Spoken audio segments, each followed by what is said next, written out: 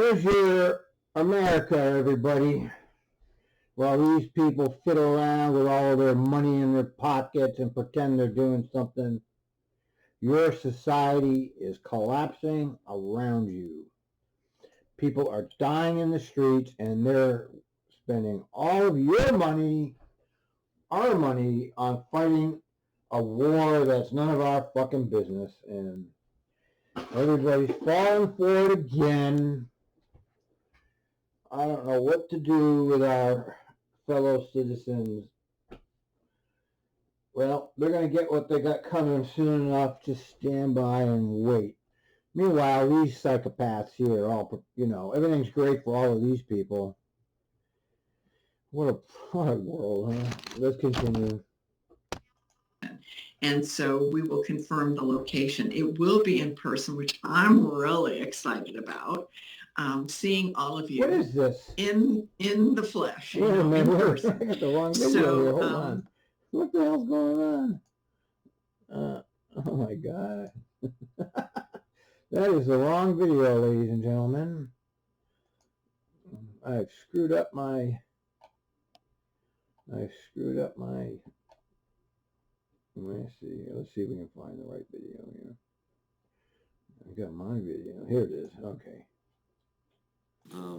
And given, I guess, the context of challenges to current ridership and what you see continuing and when that's going to be implemented, how are you thinking of measuring the success of and the value of that new route in Westland?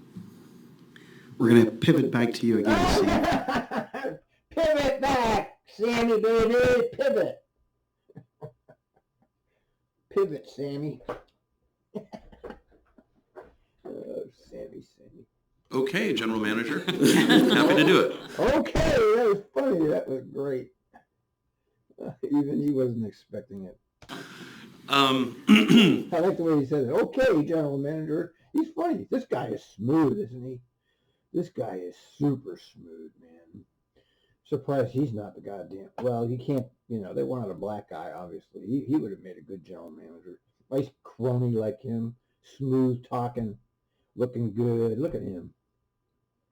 This is actually a really simple answer to that question. See, look at this guy go. I mean, he's really good. He's sharp. He's as sharp as anybody. We, in every one of our grant-funded projects, we do a before and after study after 2 years of service.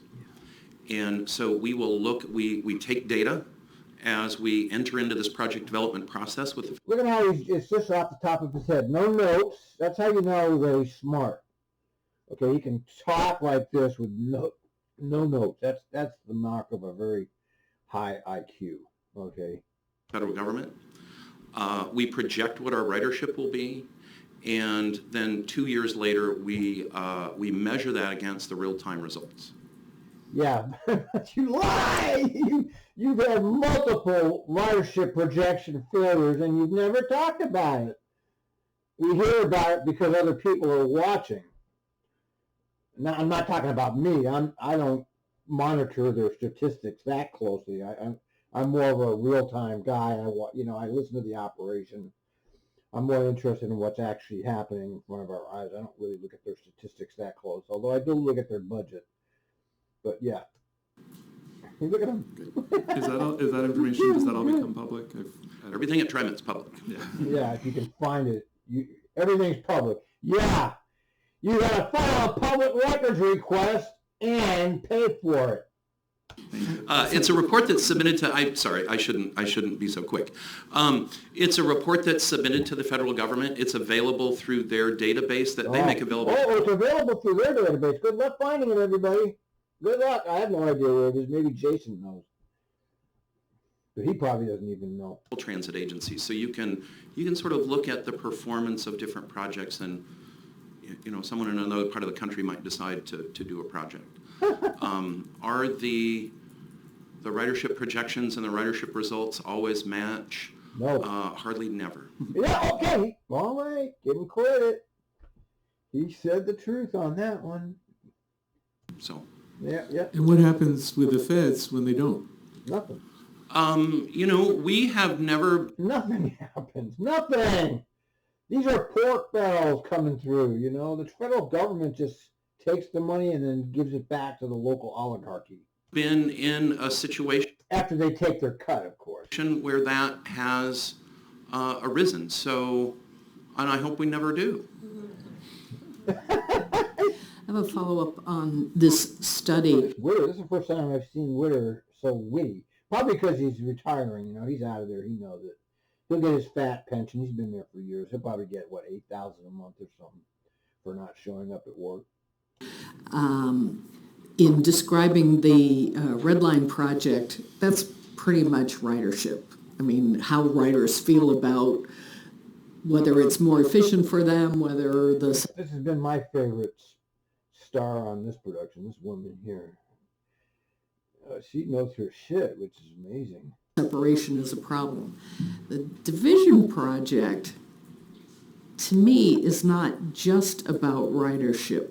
It's also about how it is affecting the community that that line passes through and the pedestrian, vehicular, other modes of I transit. don't know, that's the idea, I guess, and, you know, it's kind of it's a property development scheme light. It's like the light version of light rail, you know. I don't really know what difference. Rippy has gone down division a couple times, and I've watched the videos. He takes them down. They don't stay up.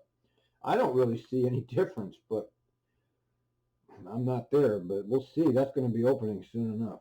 Transportation, how does this study reflect those interests?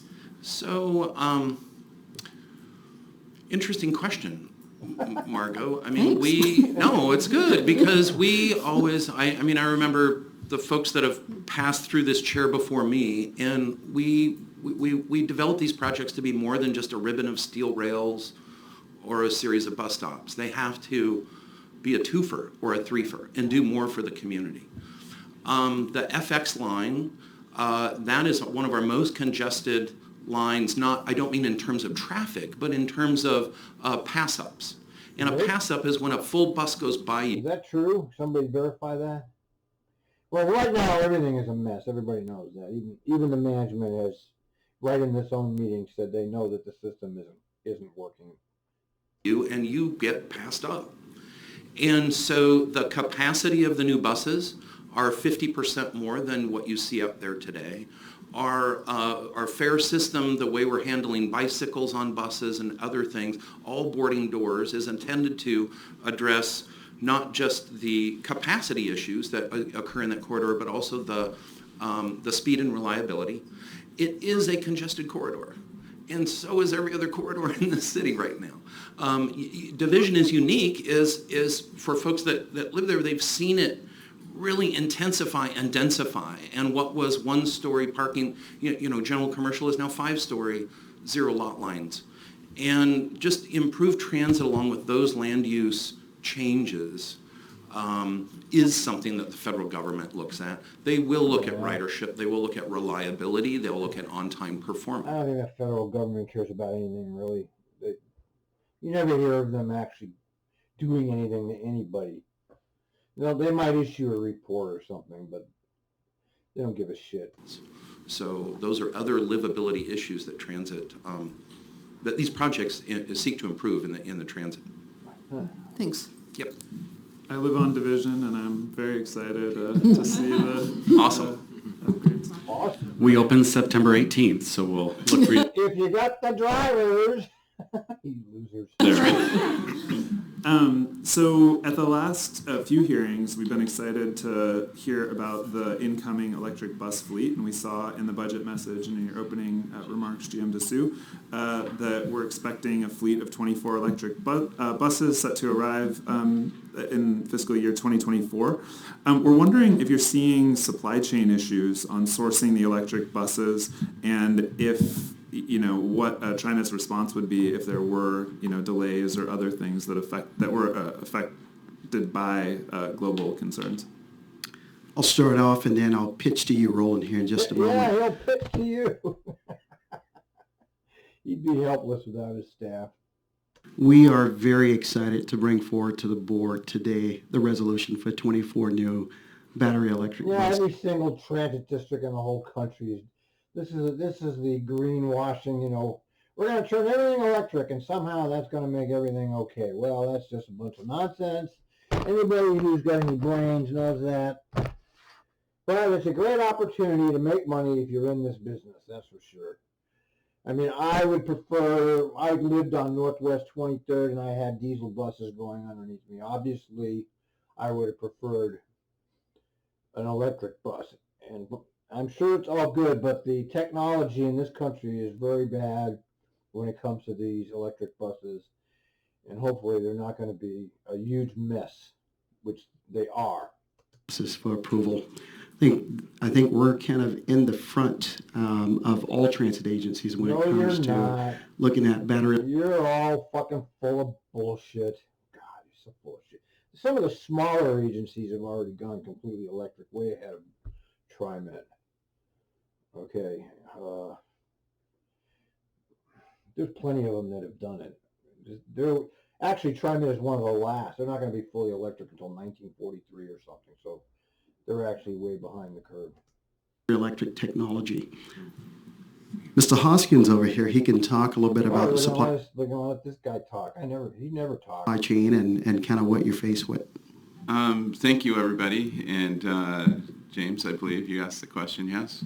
Look at him. He smiles like Eli. Look, this is kind of an Eli smile there. First off, I want to acknowledge Mr. Young Park over here, and he's our engineer who is doing the managing this transition to zero emissions fleet. And what I have him do is I say, Young, we're going to buy a bus, we're going to get a bus, and I want you to go out and break it. Seriously, I want him to run it as hard as it possibly can so that we can have a reliable vehicle that we can put into service at some point. I wonder if that's true. Huh. And with that, we've really worked hard with all of our vendors. New Flyer, Gillig, Complete Coachworks, just all the people that we work with. We partner with their engineers. We do a lot of work behind the scenes with them to help them build a more reliable vehicle. And so with that, I think that's helped us move the needle in the industry. They asked you about the supply chain. Quite a bit further. The other thing that I think people don't really understand is in the United States, there's only about 4,000 buses sold annually. So it's not like a big market. So I think when people think about electrification and buses and everything else and the reliability, they think, oh, there's this great big market. It's really not. It's a pretty small niche. Yes, the petrodollar still rules in this country. Remember, it's the oil industry controlling public policy for the most part. So with that in mind, when you look at what the space of the electric vehicles are, it's a very small part of that niche market. And therefore, it makes the need for all of us to be synced together between the vendors and the users, us, and all the players, so that we're working really closely together, because there's charging infrastructure, there's buses, there's everything. So with all that said, because of those relationships, we're going to be on time, I believe, for our electric bus purchase after the board approves it, and then we move forward and work through any delay that might come. We can't predict every supply chain issue. We have experienced several of them, and that we've been able to overcome many of them, but I feel like we're going to be okay. The other piece is with this move to electrification, what you've heard, a lot of people have heard me say, is time's kind of on our side, because it takes time to build the technology and to make it reliable and to work through the issues that come. And we've been really patient and working hard to manage that process and flow. And I think Young has been tremendous in this effort. And so with that, I'm less concerned about if I have a little delay. A large delay, that's a problem. Or if there's something that we can't get, that's a major problem. But I feel like we're staying ahead of the curve, and we're doing a pretty darn good job of managing the process thus far. And so I don't expect any real delays on that.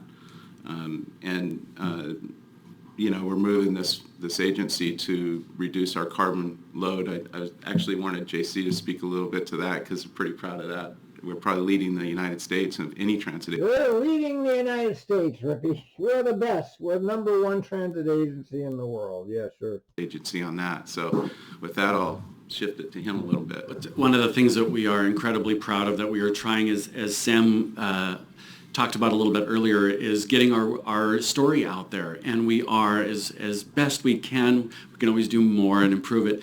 But it's TriMet's action that it took last year in reducing our own carbon footprint by over 60% by changing to renewable electricity for our MAX vehicles and all of our TriMet-owned facilities, and moving to R99 diesel, which is renewable diesel, which is 1% fossil fuels, the rest is renewable, and that has lowered our carbon footprint, and it's huge for our transit agency. We already knew that sharing a ride on a bus was, the Earth Day type of thing to do, but even more so now that we have taken those steps. And we have a lot more climate action still to take, but I think that we are absolutely leading that effort in our region and our community, and it's a great story for TriMet to tell.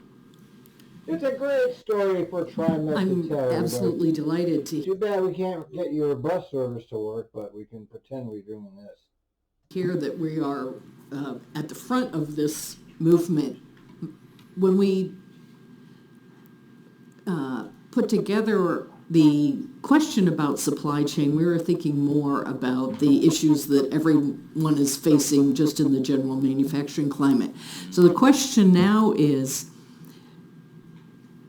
other transit agencies will be moving in this direction also.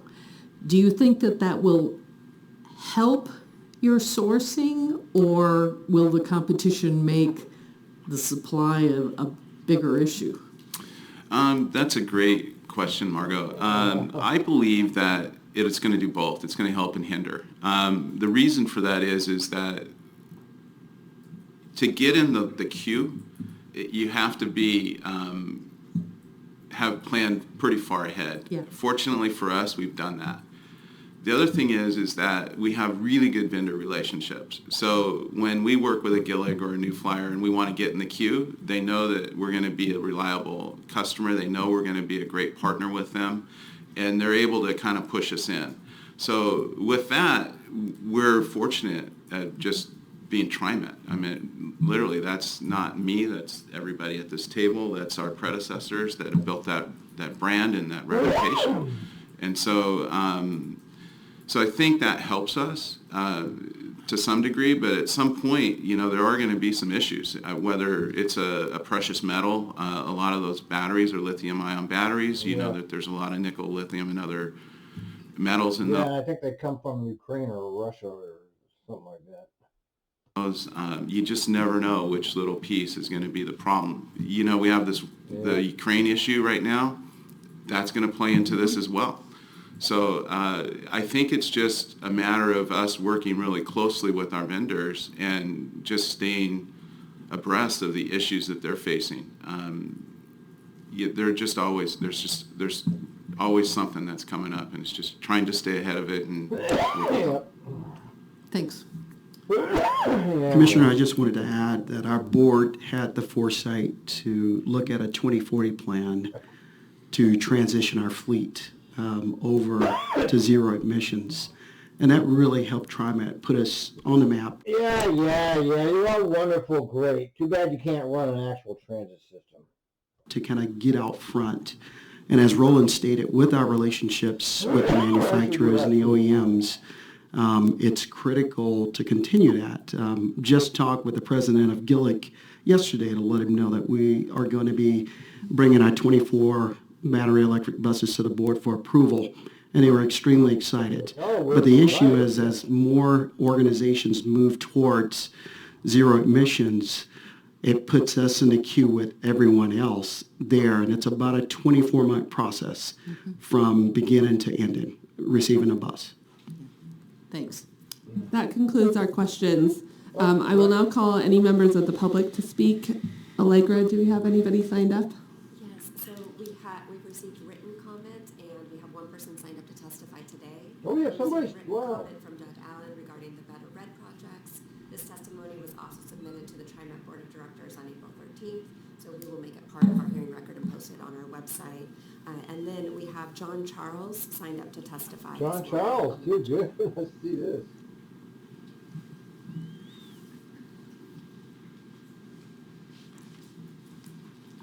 Thank you. Good morning. My name is John Charles. I'm president of Cascade Policy Institute, a nonprofit policy research organization based in Portland. And I followed TriMet affairs closely for about 30 years, testified many times, and for about 10 years I was a everyday light rail rider from Gresham to Portland. So I'm very familiar with the services. And I want to make 2 brief points today. And in preparing for this, I was refreshing my memory of the jurisdiction of the TSCC, and I know that from the Oregon Budget Law Manual, TSCC's responsibility is to, quote, encourage the economical and efficient use of public funds and judge whether budget estimates are reasonable. And from your own transmittal letter, in last year's report, you noted that the Commission is dedicated to helping all TSCC members continuously improve their budget process and make the resulting budgets more meaningful and valuable. So my goal today is to persuade you that several categories of TriMet expenditures are not economical, efficient, or reasonable, and that by continuing to engage in these practices, the agency makes the resulting budgets less meaningful and less valuable to the public. And since the TSCC must certify whether or not it has any objections or recommendations with respect to the budget before the local governing bodies can formally adopt these budgets, I hope you will in fact make objections or recommendations to the TriMet board. Now my first point is TriMet's claims and expenditures related to, quote, renewable electricity purchasing. That switch was made on 6/1/21. TriMet claimed that this, quote, immediately reduces our carbon emissions by more than 25%. But in order to do so, TriMet announced it would have to pay a 4% premium in electricity costs, which by itself doesn't tell me a whole lot, but after a public records request was fulfilled, I found out that turned out to be a contract that was signed in May of 2021 with PGE that would result in TriMet paying an extra $173,539 per year to purchase renewable energy certificates. But that doesn't get TriMet a different type of electricity. It just allows them to buy renewable energy certificates, or RECs, from PGE, which is strictly a public relations gimmick. Now, according to the 2-page contract, which I have extra copies of here if you would like them, according to the contract, it says, quote, the product is a renewable energy certificate and does not contain electricity. That's right, a REC is not a unit of electricity. A REC represents the environmental benefits of 1 megawatt hour of renewable energy that can be paired with electricity. Now, there's a number of problems. I mean, what you're buying is the alleged environmental benefits associated with electricity from certain politically correct sources, typically big utility scale wind farms or solar farms somewhere in the country. But there aren't any environmental benefits. Maybe you heard earlier this month, one of the largest utilities in the country, NextEra Energy, was fined $8 million after at least 150 eagles were killed at its wind farms in 8 states. Whoa. Okay, windmill operators get to do what most Americans can't, kill lots of endangered birds. Whoa. Plus, windmills fail to produce electricity most of the time. About 70% of the time, they're not doing anything, requiring spinning reserve, which is usually a fast response fossil resource like natural gas, because the grid itself always has to have supply and demand in sync. So having to maintain spinning reserve, a gas turbine, all the time makes air quality worse, not better. There's no benefit to riders. The light rail trains will operate exactly the same whether or not you've paid $173,000 to buy RECs. Trying to claim that RECs immediately reduces carbon emissions. No, it doesn't. You're using the exact same electricity you were using the day before, and PGE is predominantly or a major portion of the power they produce or buy comes from natural gas and coal. Mr. Charles, thank you. I want to make sure we're operating here on a fixed time frame, and we should have said at the beginning that we usually allocate 3 minutes for public comment. Yeah, you So goddamn sir, shut up! We're the guy people in charge here. We've got 2 people to testify, and we're not going to listen to any more of your shit. Okay? They've got 2 people testifying, and he's making them shut up. You know, it's disgraceful.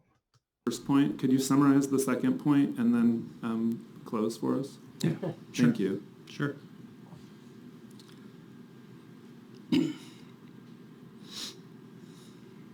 I just say, if you decide to pursue the issue of RECs, many other jurisdictions that you oversee, they're also buying RECs.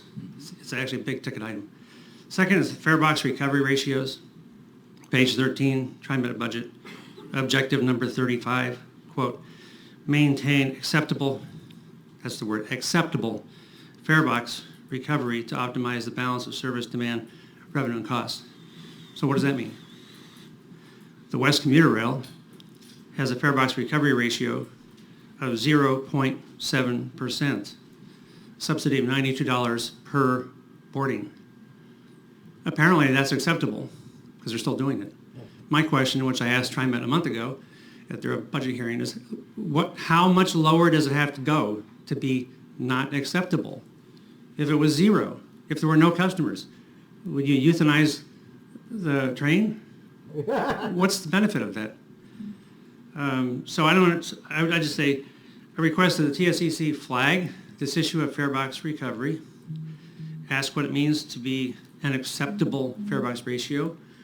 You've already noted that TriMet is about 92% funded by payroll taxes, the all funds budget.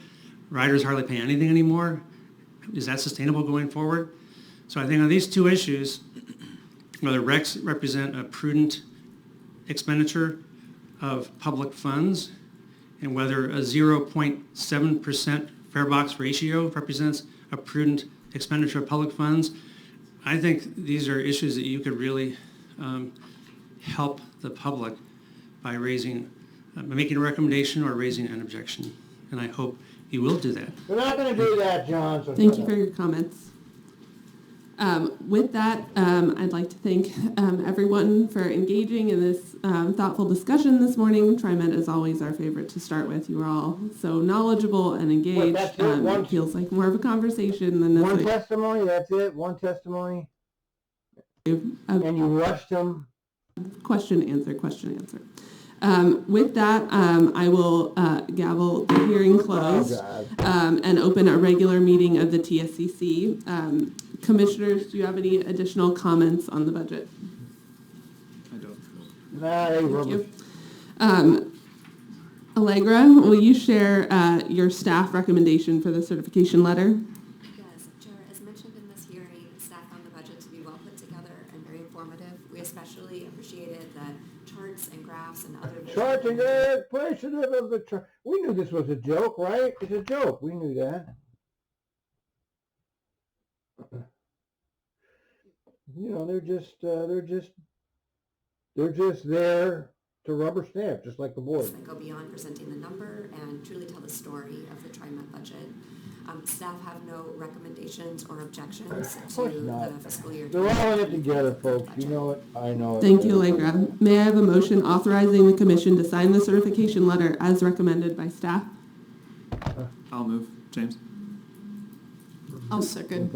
Thank you, Margaret. A bunch of real fucking Portland types on this commission. So, all in favor, please say aye. Aye. Aye. Aye. Thank you. With that, the TriMet budget is certified by the TSCC. It's certified, Rick. It was a close call, but it got done. All right. Let's hear a few calls from today. Oh. $2 million. That's all he made. $2 million. Now, how do I do it? Now. In compliance with federal mandates that are required by guidelines on TriMet. And $2 million.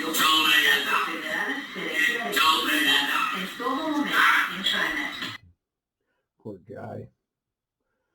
Let's see. Well, I guess we have enough of this. And what do we got? You'll have to go to the blog if you want to hear any more of this crap. I'm done. Over and out for the big time approval of the TriMet budget. Everybody loves everybody, and everything is good, and we got your money, and that's all we care about. Over and out.